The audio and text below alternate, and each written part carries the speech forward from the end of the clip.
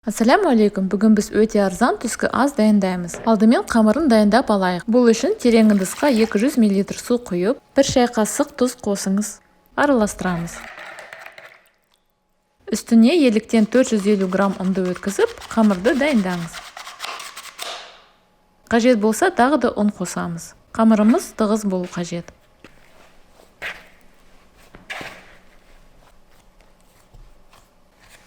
Қамырды еле болғаннан соң бетін жауып 10 минут күтеміз. Бұл уақытта салмасын дайындаймыз. Аз тұздалған суда 700 грамм тазартылған картопты пісіріңіз.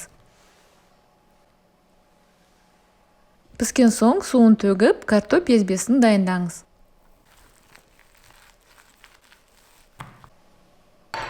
Табаға май құйыңыз. Майды ысытып, 150 грамм туралған пиязды кішкене қуырыңыз.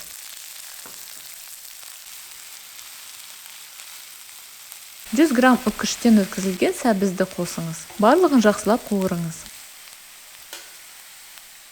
Дайын сәбіз бен пиязды картоп езбесіне қосамыз, жақсылап араластырамыз. Бүкіл қамырды 25-30 граммлы бөлікке бөліңіз. Әр бөлікті дөңгелек формасына жаямыз.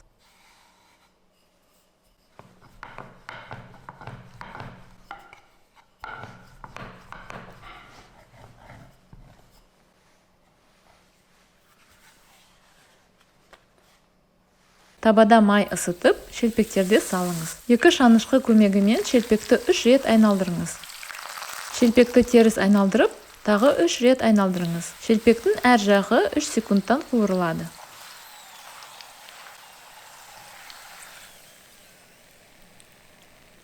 Дайын шелпекті тақтайшаға алыңыз. Ортасына салманы қосып, конверт формасында бүктеңіз.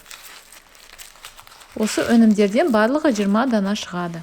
Шелпектер көп май сіңіріп алады деп қорықпаңыз. Картоп езмесімен бірге дайын тағамымыз өте дәмді болып шығады.